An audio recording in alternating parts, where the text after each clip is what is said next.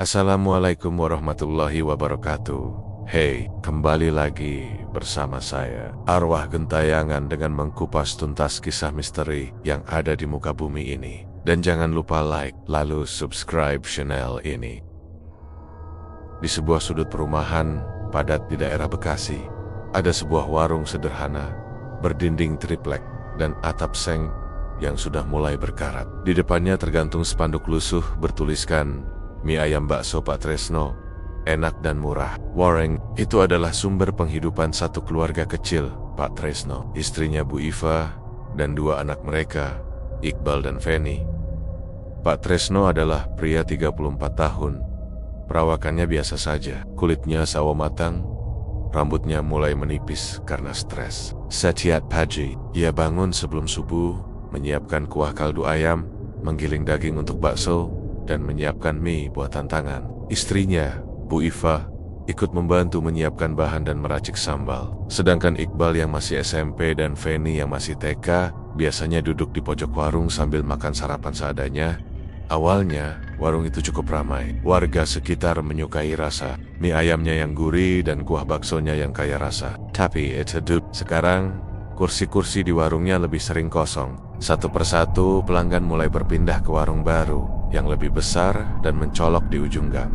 Warung milik Pak Budi.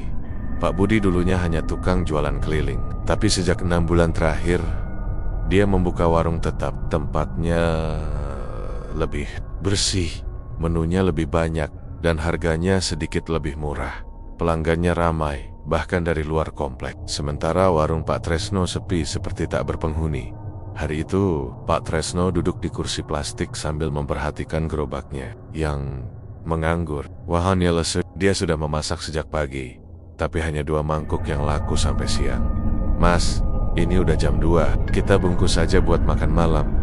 "Ya," kata Bu Iva, pelan.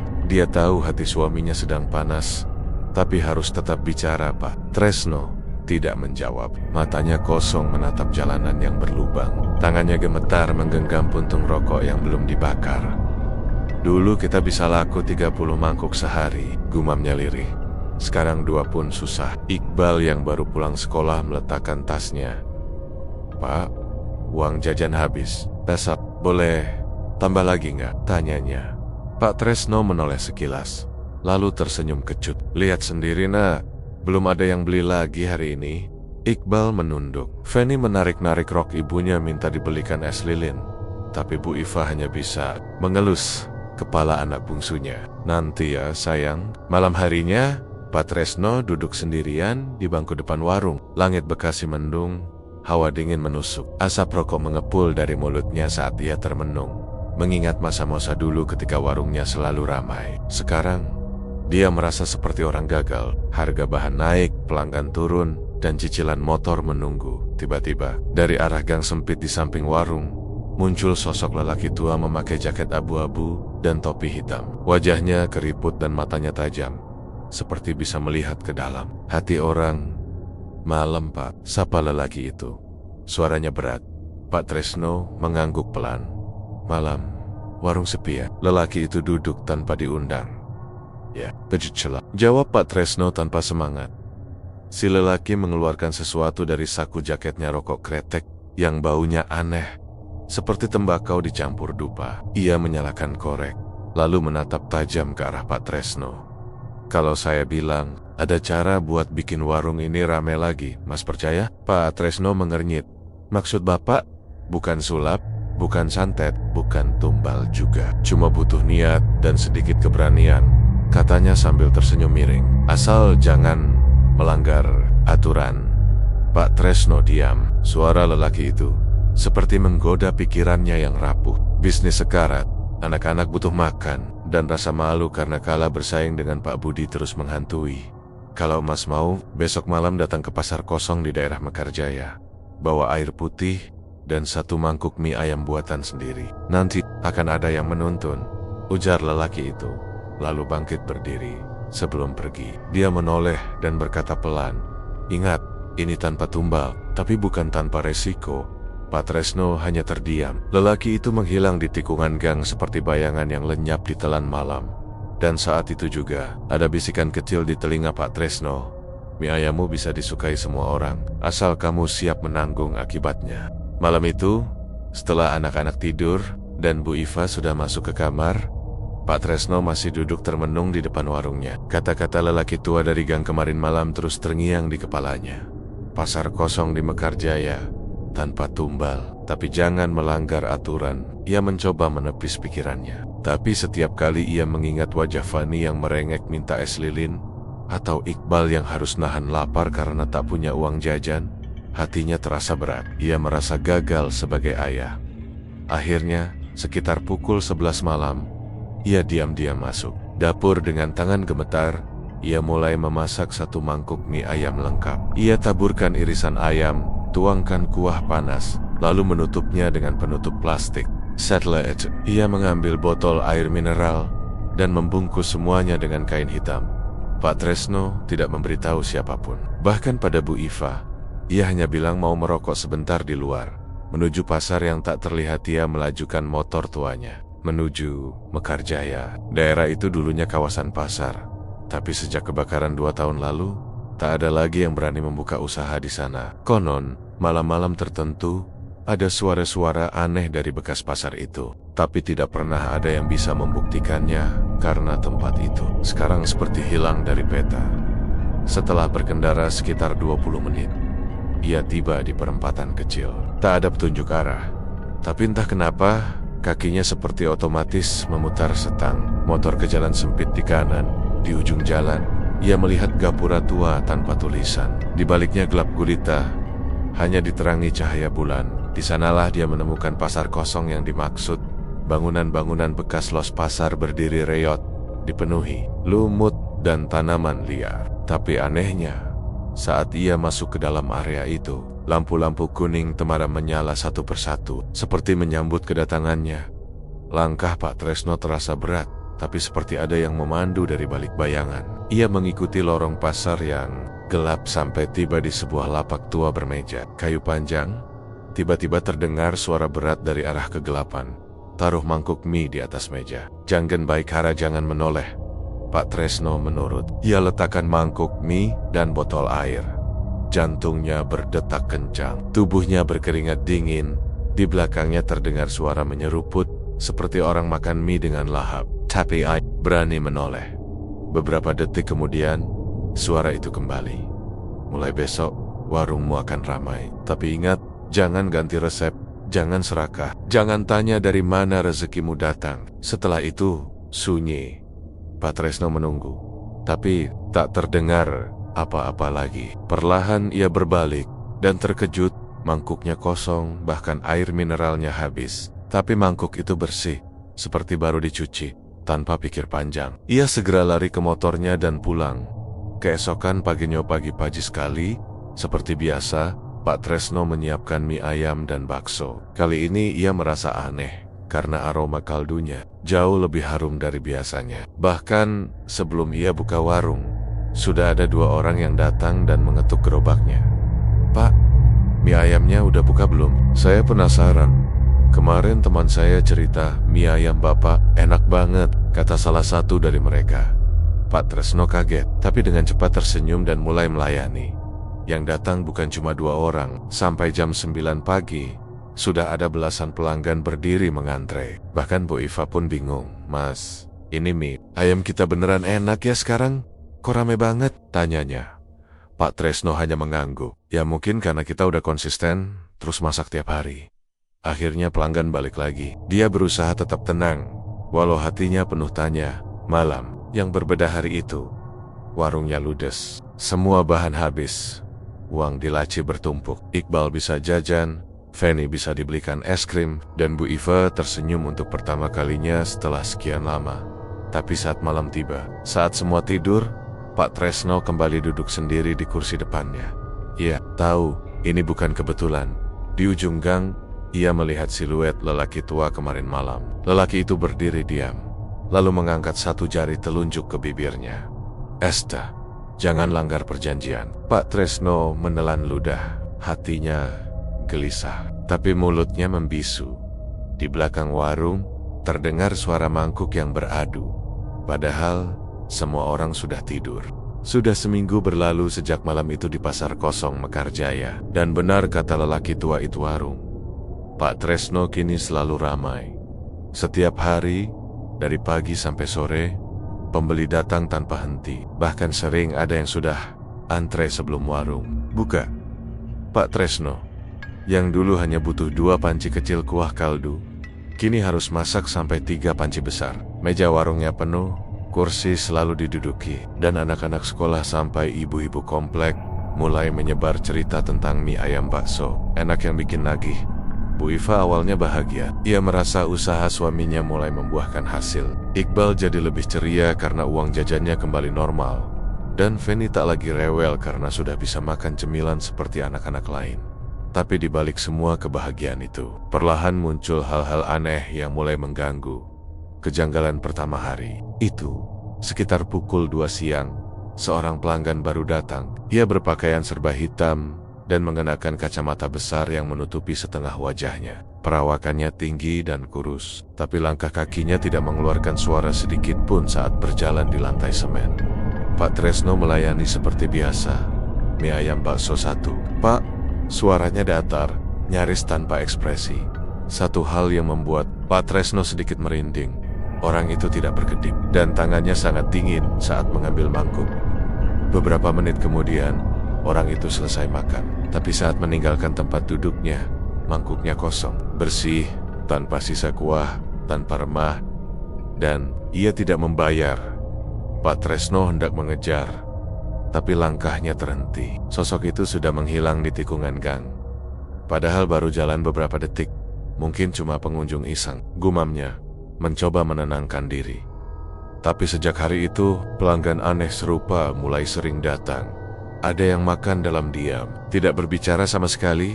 Ada yang menangis saat makan, air matanya jatuh ke dalam mangkuk, tapi tetap meneruskan makan dengan lahap. Ada juga yang datang beramai-ramai saat menjelang maghrib, dan baru pergi saat warung mau tutup.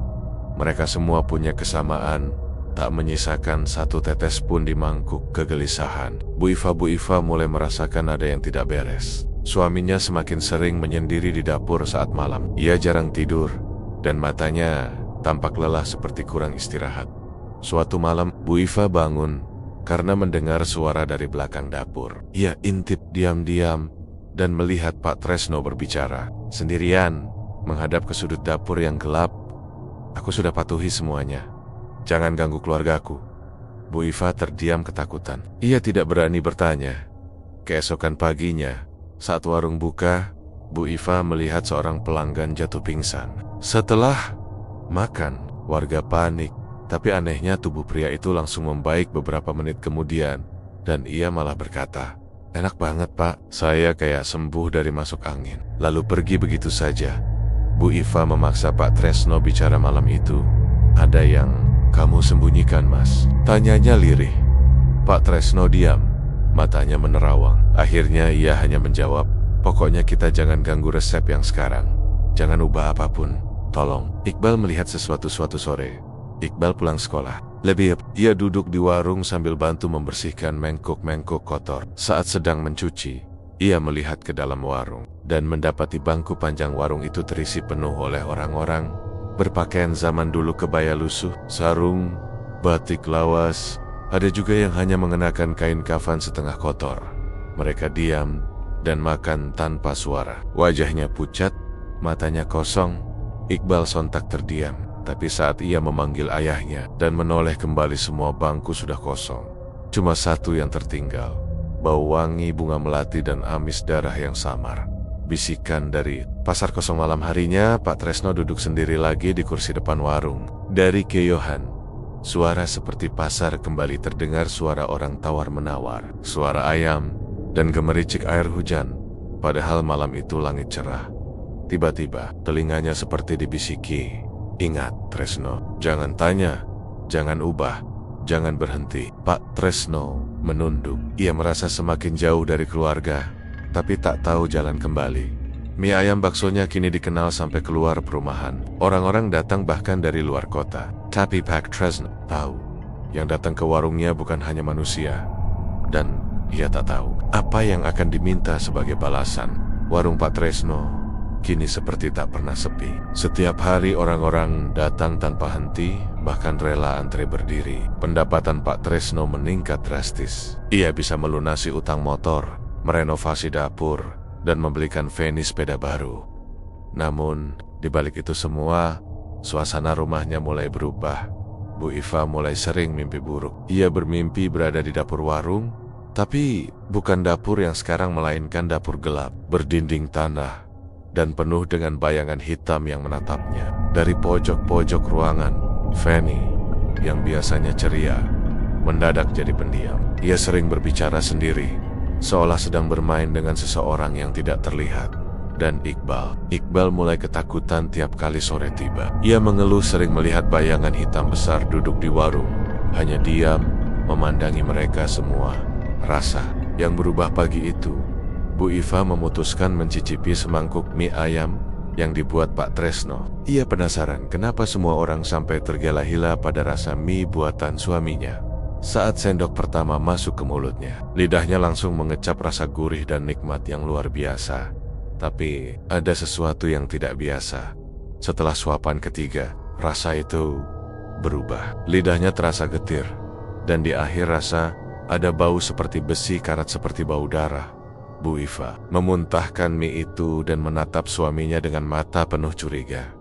"Mas, ini mie-nya kamu kasih apa sih?" tanyanya pelan. Pak Tresno terdiam. Ia tahu istrinya mulai menyadari sesuatu.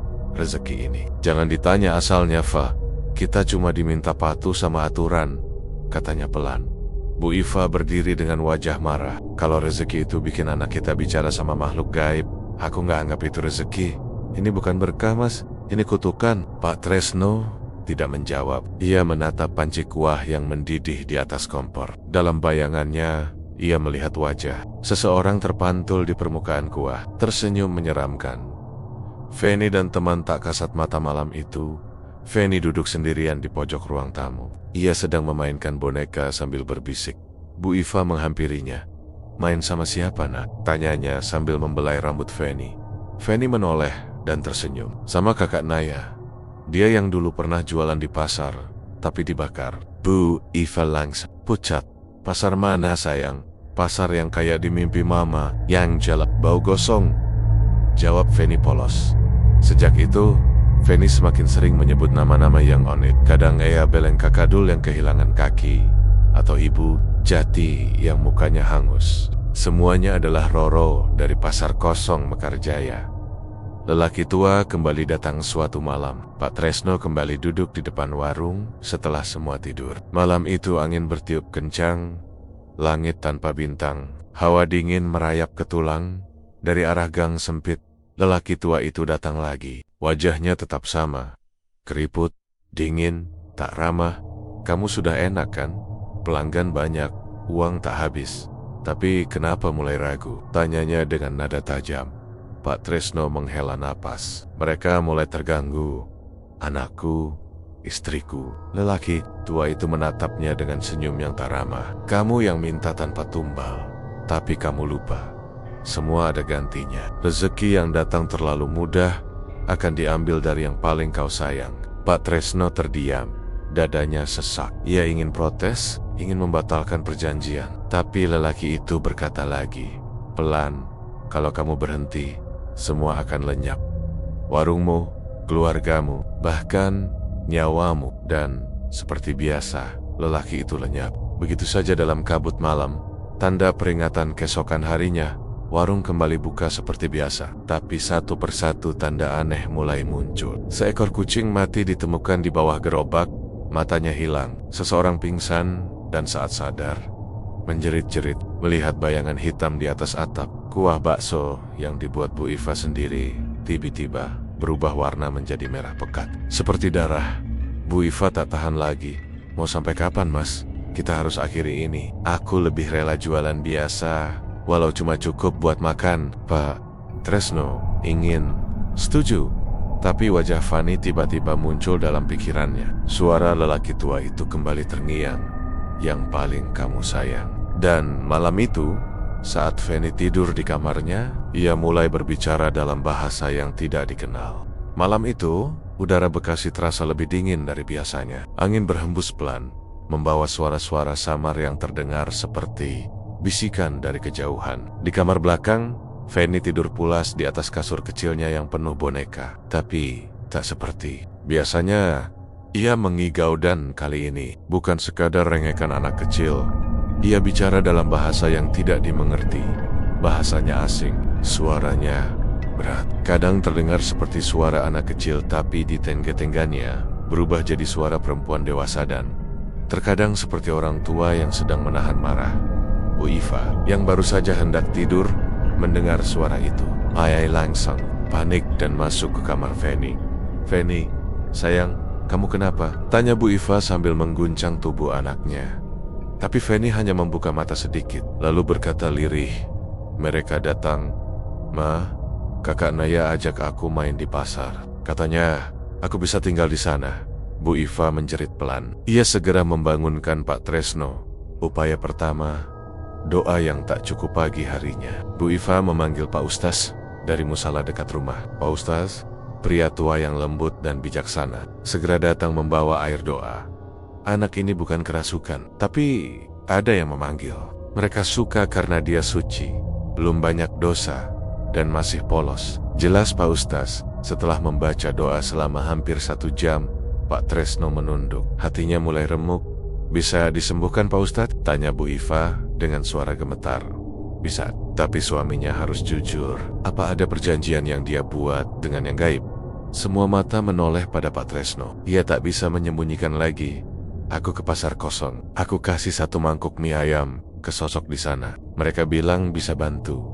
Dan sejak itu warungku ramai. Tapi aku disuruh jangan ubah resep, jangan berhenti, dan jangan tanya dari mana rezekinya datang."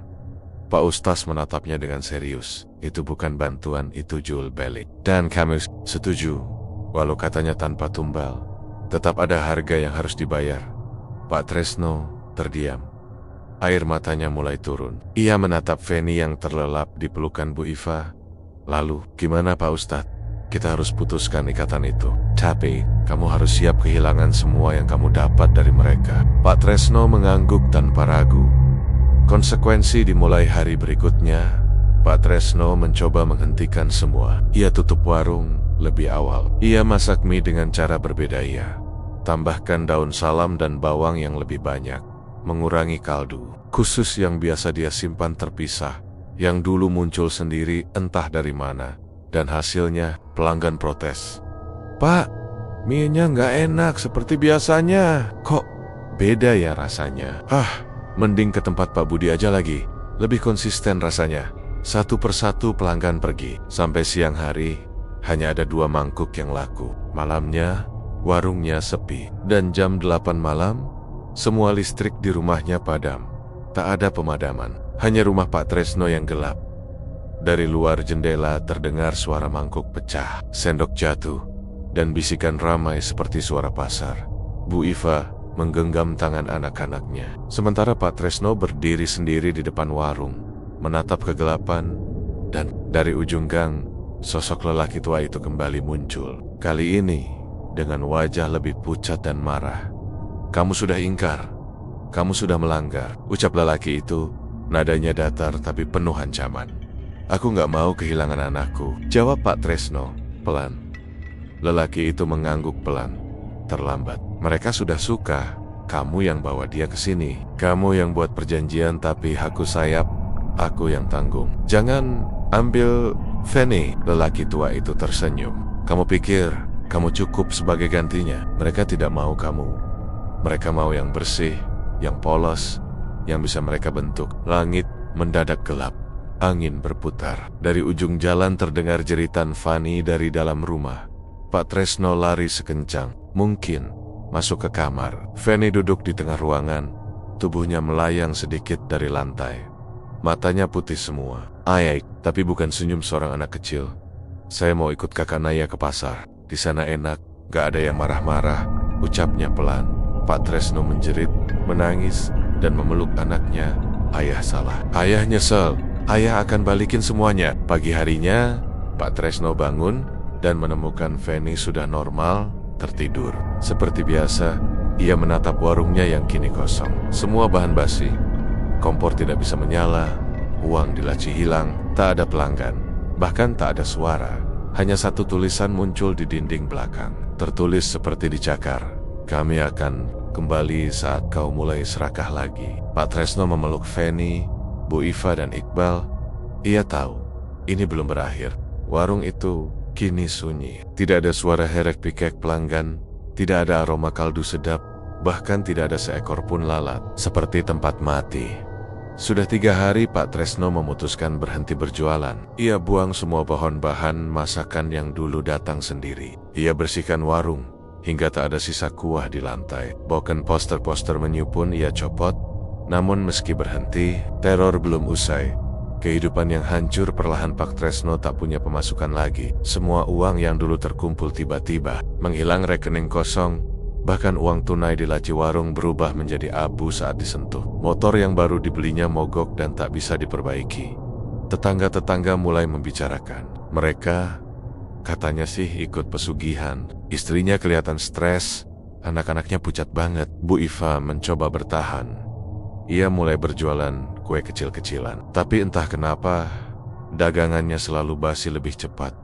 Bahkan kadang meleleh sebelum sempat dijual. Seolah ada yang tidak mengizinkan mereka kembali hidup normal.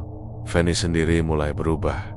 Ia jadi sangat pendiam. Ia tak mau makan apapun selain mie ayam yang dulu dibuat ayahnya. Setiap malam, ia duduk menghadap jendela dan berkata pelan, "Kakak Naya udah nunggu. Katanya di pasar sana nggak bakal sakit lapar." Iqbal pun mulai mengalami mimpi-mimpi aneh.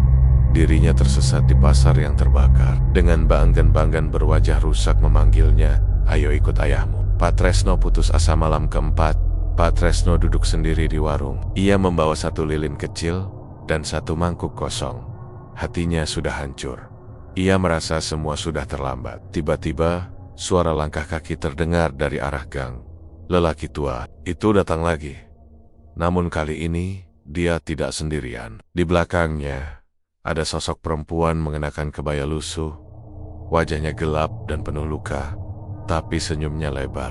Dia melayang perlahan di belakang si lelaki tua. Pak Tresno langsung tahu, itu kakak Naya. "Anakmu udah siap," ucap lelaki tua itu. "Tenang." Pak Tresno memohon, berlutut di depan mereka. "Ambil aku aja, aku yang salah. Jangan anakku." Kekek. Naya mendekal. Wajahnya mendekati telinga Pak Tresno dan ia berbisik, "Kamu udah gak bersih, kamu busuk, kami gak mau kamu, anakmu, polos, manis, dia cocok untuk dunia kami." Pak Tresno menangis. Ia menjerit, tapi lelaki tua itu hanya berkata, "Masih ada satu cara. Syarat terakhir kami bisa lepaskan anakmu. Tapi harus kembalikan semuanya ke awal. Warung ini, usaha ini harus kamu bakar. Hancurkan sampai tak tersisa, termasuk dapur yang jadi pintu masuk kami. Setelah itu, kamu harus pergi. Tinggalkan tempat ini. Jangan pernah coba jual makanan lagi. Dan jangan pernah cerita ke siapapun. Kalau kau setuju, kami akan pergi. Tapi sekali kau ingkar, kami akan datang. Dan tidak hanya anakmu yang hilang." Pak Tresno hanya mengangguk. Tidak ada pilihan lain. Ia hanya ingin Feni kembali. Ia ingin istrinya tenang. Ia ingin keluarganya hidup meski harus dari nol. Malam pembakaran malam itu juga, Pak Tresno memandangi warung kecilnya untuk terakhir kali. Tempat itu dulunya harapan, tempat ia menaruh cita-cita. Tapi kini tempat itu menjadi kutukan yang hampir merebut segalanya. Ia menyiramkan minyak tanah ke seluruh warung meja, kursi, dapur, hingga dinding kecil dari triplex yang dulu dibangun dengan susah payah sebelum menyalakan api. Bu Iva sempat bertanya, "Kamu yakin?" Pak Tresno hanya menjawab lirih, "Lebih baik mulai dari abu daripada hidup dalam kengerian." Ayat menyalakan korek, api langsung menjalar, dan di tengah kobaran terlihat Pak Anggen Beanggen keluar dari dapur. Sosok-sosok kelam yang dulu duduk diam menikmati mie ayam baso kini berlari dan menjerit. Salah satunya adalah kakak Naya, yang terakhir menatap Feni di jendela sebelum lenyap dalam asap. Feni yang sedang tidur di dalam rumah mendadak terbangun. Ia menangis keras. lalu peluk ibunya sambil berkata, "Aku takut, Ma. Jangan kasih mereka." Masuk lagi, pagi harinya, warung itu hanya jadi puing hitam. Tidak ada yang sisa. Tetangga-tetangga hanya diam melihat dari jauh. Pak Tresno, Bu Iva, Iqbal, dan Feni meninggalkan rumah itu malam berikutnya. Mereka pindah ke kampung asal Bu Iva di Karawang. Mulai dari nol, tanpa warung, tanpa pesugihan. Dan sejak itu, Feni tidak pernah bicara sendiri lagi. Tidak ada bayangan, tidak ada suara pasar di malam hari. Tapi jauh di tempat bekas warung itu, berdiri, masih ada satu kursi tua, hangus sebagian, yang tak bisa terbakar. Dan di malam-malam tertentu, orang-orang mengaku masih mendengar bau mie ayam, disertai tawa kecil anak-anak. Dan bisikan yang berikutnya, pasti kembali. Sudah hampir 2 bulan sejak keluarga Pak Tresno pindah ke Karawang, meninggalkan semua kenangan kelam di Bekasi. Mereka menumpang di rumah orang tua Bu Iva di kampung. Rumah sederhana yang dikelilingi kebun singkong dan suara jangkrik yang tak pernah berhenti di malam hari. Mereka hidup sangat sederhana sekarang. Pak Tresno bekerja serabutan, kadang bantu bangunan, kadang jadi tukang panen. Bu Iva mulai menjual gorengan ke sekolah dasar dekat rumah. Anak-anak mulai membaik. Iqbal sudah mulai sekolah lagi. Dan Feni, untuk pertama kalinya sejak kejadian itu, tersenyum saat bermain dengan anak tetangga. Namun, di balik ketenangan itu, sesuatu mulai merayap kembali. Petanda kembali malam itu, Pak Tresno bermimpi buruk. Ia berdiri di tengah puing-puing warung lamanya. Semuanya masih hitam terbakar. Tapi ada mangkuk putih utuh di atas meja gosong. Saat ia mendekat, ia melihat sesuatu dalam mangkuk itu. Rambut anak kecil, terendam kuah merah gelap. Dan dari dapur bekas itu, muncul suara kakak Naya. "Kamu pikir kami pergi hanya karena kau bakar warung? Perjanjian itu tidak bisa dimusnahkan api." Pak Tresno terbangun dengan keringat dingin. Jam menunjukkan jam 3:13 menit. Dan saat ia menoleh ke jendela, ia melihat bekas tapak kaki basah di luar kamar. Gejala aneh di kampung keesokan harinya. Suasana rumah mulai berubah. Feni kembali duduk sendiri dan berbicara pada tembok. Iqbal mengeluh melihat bayangan laki-laki hitam berdiri di dekat pohon pisang. Bu Iva mendengar suara sendok jatuh di dapur. Padahal tak ada siapa-siapa. Yang paling mengejutkan adalah tetangga depan rumah. Mak Iyah datang sambil membawa gorengan yang dibeli kemarin. "Bu Iva, ini gorengan yang kemarin saya beli. Enok, saya muntah darah setelah makan. Maaf, tapi ini nggak wajar. Padahal gorengan itu baru saja Bu Iva goreng dari minyak baru. Kenapa ya? Padahal yang makan anak saya juga baik-baik aja." Jawab Bu Iva bingung. Mak Iyah menatapnya tajam. Lalu berkata, "Saya tahu kamu orang baik, Bu. Tapi kadang yang kita bawa dari tempat lama bisa ikut ke tempat baru." Pengakuan terakhir Pak Tresno akhirnya menceritakan semuanya pada orang tua Bu Iva tentang pesugihan, tentang pasar kosong, tentang kakak Naya, tentang warung yang tak bisa dibakar. Habis, ayah mertua Pak Tresno, seorang pensiunan guru agama, hanya mengangguk pelan. "Kamu bukan memutus, kamu hanya menunda." Iblis gak pernah lupa, dia cuma sabar. Pak Tresno menangis. Ia merasa dunia makin sempit. Apa aku harus kembali ke tempat itu? Sang mertua menggeleng. Bukan kembali ke tempatnya, tapi kembali ke kesalahanmu. Datangi tempat itu, hadapi, tapi bukan untuk minta maaf, melainkan untuk melawan. Kembali ke Bekasi malam minggu berikutnya, Pak Tresno pergi sendiri ke Bekasi. Ia naik bus ekonomi, membawa tas kecil berisi sajadah, air doa dari kampung, dan satu foto Fani kecil yang selalu ia simpan di dompet. Ia tiba di tempat warungnya dulu berdiri. Kini, lahan itu sudah ditutup seng, diberi papan bertuliskan tanah sengketa, dilarang masuk. Tapi Pak Tresno tetap masuk. Ia berjalan perlahan melewati semak, menginjak tanah gosong yang dulu ia bakar sendiri. Aneh, masih ada bau kaldu samar di udara. Ia duduk di tengah puing itu, membuka sajadah, dan mulai berdoa.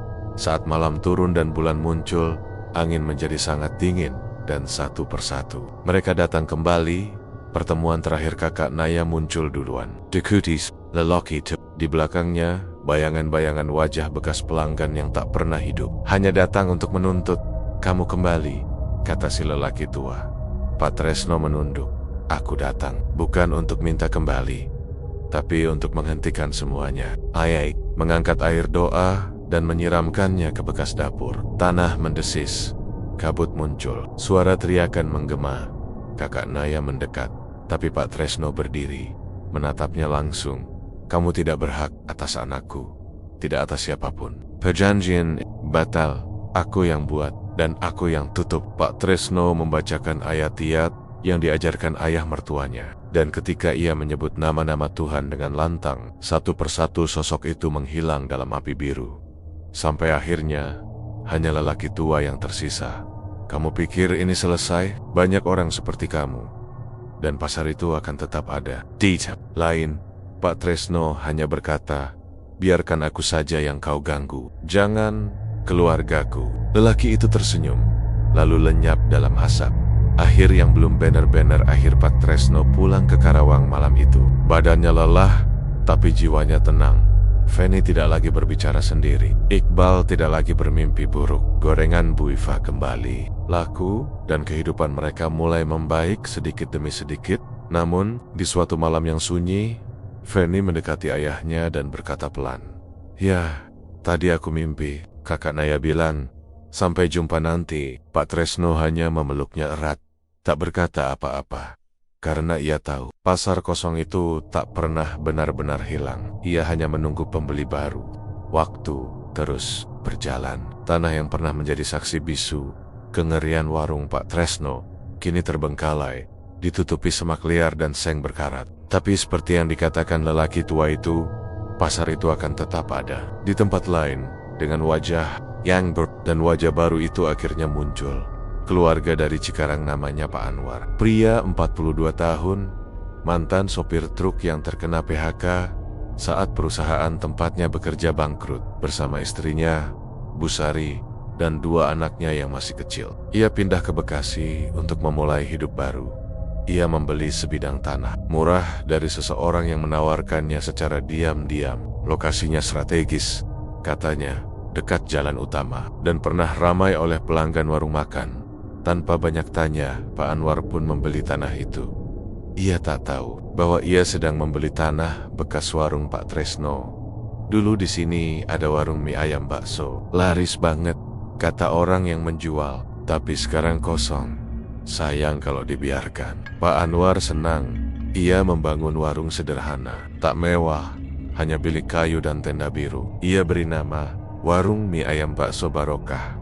Namun sejak awal, hal-hal aneh sudah mulai terjadi. Yang terulang hari pertama berjualan, Pak Anwar hanya bisa menjual 5 mangkuk. Tapi saat menghitung uang hasil penjualan malam harinya, ia kaget. 3 juta rupiah. Padahal seharusnya hanya 75.000 rupiah. Bu Sari bingung. "Mas, ini dari mana uangnya?" Pak Anwar mengira ada pelanggan yang salah bayar. Tapi tidak mungkin. Ia hanya jual 5 mangkuk. Keesokan harinya, uang lebih itu kembali terjadi. Kali ini 4 juta rupiah. Dan anehnya, ia tak ingat siapa saja yang datang makan hari itu. Satu-satunya pelanggan yang ia ingat hanya seorang nenek tua berpakaian hitam, duduk diam, dan hanya berkata, "Minyak enak, seperti rasa yang lama." Bu Sari mulai curiga. Bu Sari adalah tipe istri yang peka. Ia merasakan sesuatu yang tidak beres sejak malam kedua. Kompor tiba-tiba menyala sendiri. Ada suara panci dipukul-pukul di dapur. Dan anak mereka, Dina, mulai menggambar seseorang berwajah rusak dengan mata merah. "Ayah, ini kakak Naya. Dia temanku. Dia suka mie ayam ayah," ucap Dina sambil tersenyum. Pak Anwar tertawa kecil. Anak kecil memang suka berimajinasi. Tapi Bu Sari tak bisa tertawa. Ia mulai sering mimpi buruk. Dalam mimpinya, ia berdiri di pasar besar, kosong, bau amis, dan semua orang yang makan di sana tidak punya mata. Kematian pelanggan minggu ketiga sejak warung dibuka. Berita buruk mulai muncul. Seorang tukang ojek yang biasa makan di warung Pak Anwar meninggal mendadak setelah makan semangkuk mie. Polisi bilang karena serangan jantung, tapi keluarga korban bersikeras dia sehat, gak pernah punya riwayat penyakit. Sejak itu, pelanggan mulai berkurang, tapi uang dalam laci tetap bertambah. Pak Anwar bingung. Ia tidak percaya hal mistis, Tapi malam itu, saat ia membersihkan dapur, ia menemukan sesuatu. Sebuah mangkuk putih polos, terbenam di tanah dekat tungku. Dan saat ia tarik keluar, di bawahnya ada tulisan pudar mie ayam bakso. Tresno tangannya gemetar. Munculnya sosok. Lama malam itu, hujan turun deras. Petir menyambar tiang listrik. Pak Anwar menutup warung lebih awal. Saat ia berjalan menuju rumah, ia melihat seorang pria berdiri di depan warung. Pria itu kurus, matanya lelah, bajunya basah kuyup. Tapi ia hanya diam, menatap warung dengan mata sedih. Pak Anwar memanggil, "Pak, cari siapa?" Pria itu menjawab lirih, "Kamu harus berhenti." "Maaf, maksud Bapak?" tanya Pak Anwar bingung. Pria itu menatapnya dalam. "Warung itu sudah pernah dibakar, tapi kamu menyalakannya lagi. Jangan ulangi kesalahan saya." Pak Anwar terpaku. Pria itu pun berjalan pergi. Dan sebelum menghilang, ia sempat berkata, "Kalau kamu sayang keluargamu, jangan tunggu sampai ada yang diambil. Kembali ke keluarga." Tresno di tempat lain, di Karawang, Feni terbangun tengah malam. Ia berjalan ke ruang tamu, menatap keluar jendela. Tiba-tiba ia berkata pada ibunya, "Ma, ada yang buka warung kita lagi." Bu Iva kaget. "Apa maksudmu?" Feni menoleh. Wajahnya pucat. "Kakak Naya datang tadi. Katanya, mie ayamnya udah kembali. Tapi bukan ayah yang masak sekarang." Pak Anwar kini berdiri di hadapan warungnya yang makin ramai. Tapi hatinya tak tenang. Bayangan pelenggen-pelenggen misterius makin sering muncul. Uang makin banyak. Tapi begitu juga bisikan dan bayangan hitam di dapur. Dan di malam yang sunyi, anaknya Dina menggambar satu hal lagi. Sebuah mangkuk dengan rambut manusia di dalamnya. Hampir 1 bulan sejak warung mie ayam Pak Anwar dibuka. Dalam waktu singkat, warung itu mendadak terkenal. Meski tanpa promosi, pembeli datang silih berganti. Namun bukan hanya manusia biasa yang datang. Beberapa pelanggan terlihat aneh. Tak pernah berbicara. Duduk terlalu diam. Pergi tanpa membayar. Tapi laci tetap penuh. Sementara itu, di Karawang, Pak Tresno mulai merasakan kegelisahan yang tak bisa dijelaskan. Beberapa malam terakhir, ia bermimpi berdiri di pasar kosong. Dan di ujung lorong, ia melihat anaknya, Feni, duduk di meja warung, yang membuatnya merinding. Di depannya ada mangkuk, dan mangkuk itu berisi darah.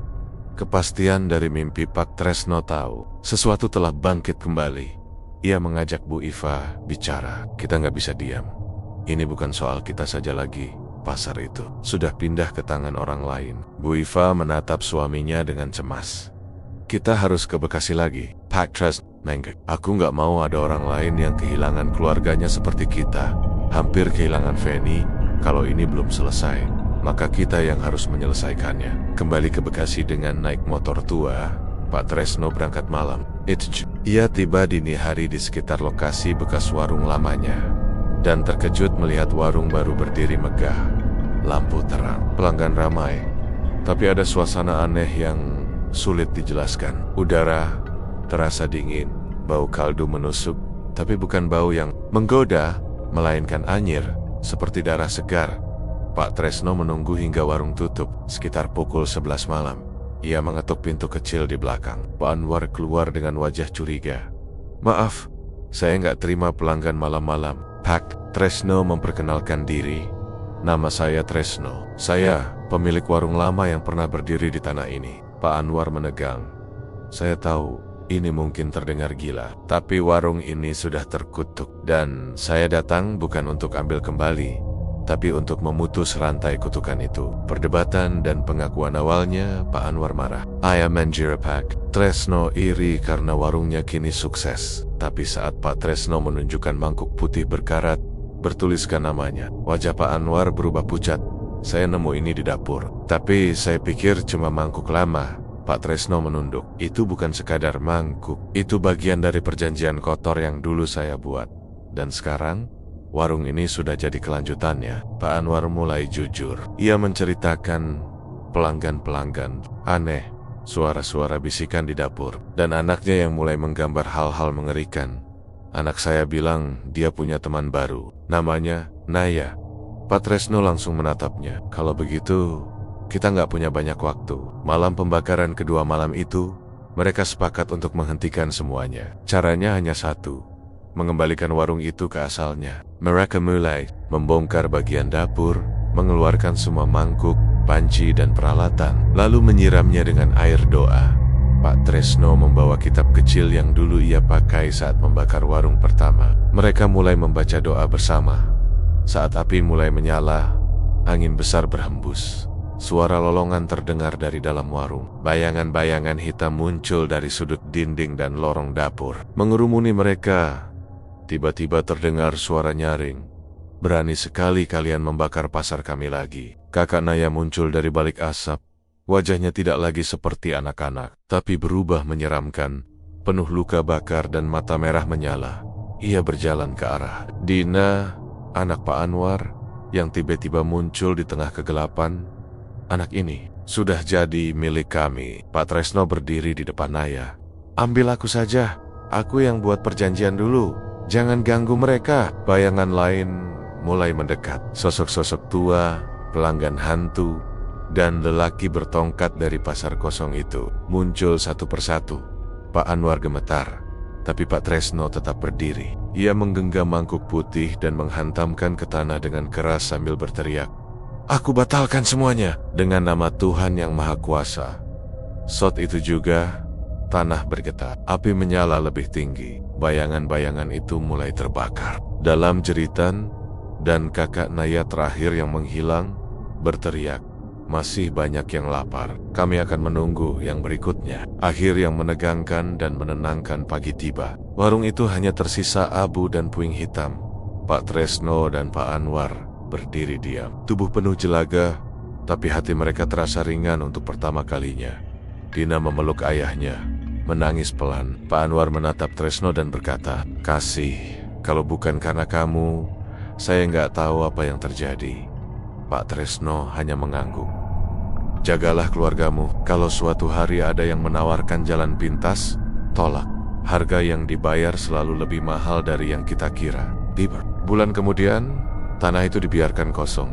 Tak ada yang berani membangun di sana lagi. Tapi setiap tanggal tertentu, orang-orang di sekitar mengaku mencium bau mie ayam dari tanah kosong itu. Dan terkadang, terlihat satu mangkuk putih di tengah lapang dengan tulisan samar, "Terima kasih telah berkunjung ke pasar kami." Tapi, tidak ada orang yang berani mendekat. Karena mereka tahu, pasar itu tidak pernah banner-banner tertutup. Ia hanya menunggu pembeli berikutnya.